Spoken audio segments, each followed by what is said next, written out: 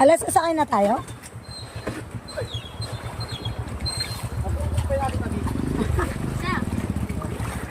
Ganito lang. Ganyan lang.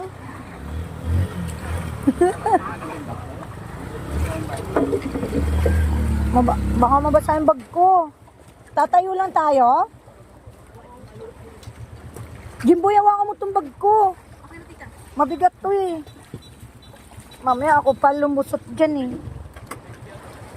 Ala, nakakatakot. Grabe. Ala. Uy, Jimboy.